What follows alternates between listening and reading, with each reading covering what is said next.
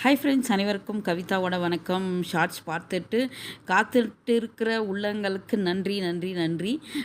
என்னடா கவிதா ஏதோ பெரிய டிப்ஸ் சொல்ல வந்திருப்பான்னு. டிப்ஸ் எல்லாம் ரொம்ப பெரிய விஷயம்லாம் இல்லை ஃப்ரெண்ட்ஸ். சின்ன சின்ன விஷயம் தான். நம்ம வேண்டான்னு சொல்லிட்டு குப்பத்தொட்டில் போடுற பொருளை காய வச்சு இவளுக்கு கொடுத்தா போதும், இவ்வளோ அழகாக பூத்து குலுங்குவா. ரோஜா பூனா யாருக்கு தான் பிடிக்காது? எனக்கு ரொம்ப பிடிக்கும் ஃப்ரெண்ட்ஸ். ஆனால் தலையில் வைக்கிறனோ இல்லையோ, சாமிக்கு வைக்குவேன். மற்றவங்க வச்சா கூட ரசிப்பேன். அதுவும் சைடில் வச்சுருந்தாங்கன்னா அவங்கள பார்த்தாலே பிடிக்கும் எனக்கு.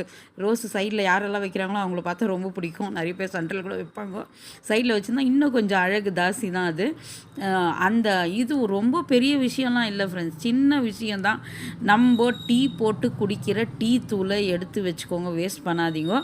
அந்த டீ தூளை வெயிலில் காய வச்சுருவோங்க. நிறைய பேர் தண்ணியில் போட்டு டீ வைப்பாங்க, நிறைய பேர் பாலில் போடுவாங்க. பாலில் போடுறவங்களுக்கு மட்டும் ஒரு வேண்டுகோள், தண்ணியில் ஒரு வாட்டி அலசிட்டு அதை வெடிக்கட்டி நல்லா வெயிலில் காய வச்சுருங்க.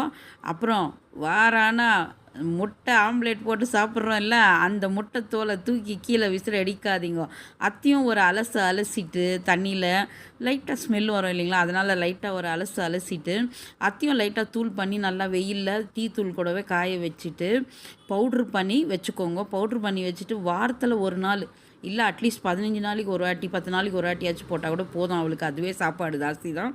தண்ணி கூட இந்த உரம் கொடுத்தா போதும். அவள் செம்ம சூப்பராக பூத்து குலுங்குவா. எங்கள் வீட்டில் பூத்து குலுங்குற மாதிரி உங்கள் வீட்டில் நிச்சயமாக பூத்து குலுங்குவா.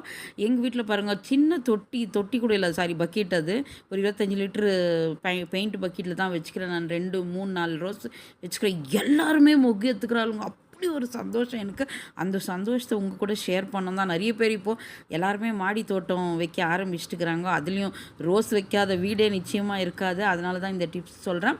அந்த வேறு ஸ்டெம் இருக்குது இல்லைங்களா, அந்த ஸ்டெம் பக்கத்தில் ஒரு ஆள்காட்டி வரல, ஒரு அரை ஆள்காட்டி வரல, இது விட்டுட்டு கொஞ்சம் லைட்டாக நோண்டி இந்த உரத்தை நம்ம மிக்சியில் ஆட்டிடுங்க. தூளும் மற்றும் நம்ம முட்டைத்தோலும், காஞ்ச முட்டைத்தோலும் ரெண்டுத்தையும் மிக்சியில் ஆட்டிட்டு லைட்டாக பவுடரை சுற்றி 10 நாளைக்கு ஒரு வாட்டி போட்டால் கூட போதும் ஃப்ரெண்ட்ஸ். பூ பூக்கும். நிச்சயமாக பூ பூத்து அடங்கினவுடனே அந்த கட்டிங், அந்த இலெல்லாம் கூட கட் பண்ணி விட்டுருங்க. வெறும் காம்பு இருக்கட்டும். கட் பண்ணி விட்டுட்டு அடுத்தது டக்குன்னு திருப்பி துளிர் எடுத்து இன்னும் 10-20 நாளில் துளிர் எடுத்து உடனே மொக்கு எடுத்துருவோம். ஒரு சின்ன துளிர் தான் போகும், உடனே மொக்கு எடுத்து பூ பூக்க ஆரம்பிச்சிடுவா. பாருங்கள் எவ்வளோ தூரம் தான் இது எவ்வளோ பூ பூத்துக்கிறா பாருங்கள். இவங்க சின்னது தான் கட் பண்ணி விட்டேன், சின்னதாக ஒரு ஸ்டெம் எவ்வளோ பூ பூத்துக்கிறா பாருங்கள். இவங்க இதே மாதிரி தான். நிச்சயமாக இதுதான் வரும் இவளுக்கு, வேறு ஒன்றும் இல்லை. நிச்சயமாக என்ன மாதிரி நீங்களும் இதே மாதிரி சந்தோஷப்படுவோம். உங்கள் வீட்லேயும் பூத்தா தயவுசெய்து எனக்கு கமெண்ட் பண்ணுங்கள். இதே வீடியோவில் எனக்கு கமெண்ட் பண்ணி விடுங்க. ரொம்ப சந்தோஷப்படுவேன் நானும். என்ன மாதிரி நீங்களும் சந்தோஷப்படணும். இந்த டிப்ஸை ஃபாலோ பண்ணிவிட்டு சாமிக்கு வைக்கிறவங்க வையுங்கோ, தலையில் வைக்கிறவங்க வையுங்கோ. வச்சு நிச்சயமாக ரோஜா பூ பிடிக்காத ஆளே இருக்க மாட்டோம். இந்த டிப்ஸை பிடிச்சிருந்தா நிச்சயமாக பிடிக்கும் நம்புகிறேன் நான். பிடிச்சிருந்தா லைக் பண்ணுங்கள், ஷேர் பண்ணுங்கள், கமெண்ட் பண்ணுங்கள். நன்றி.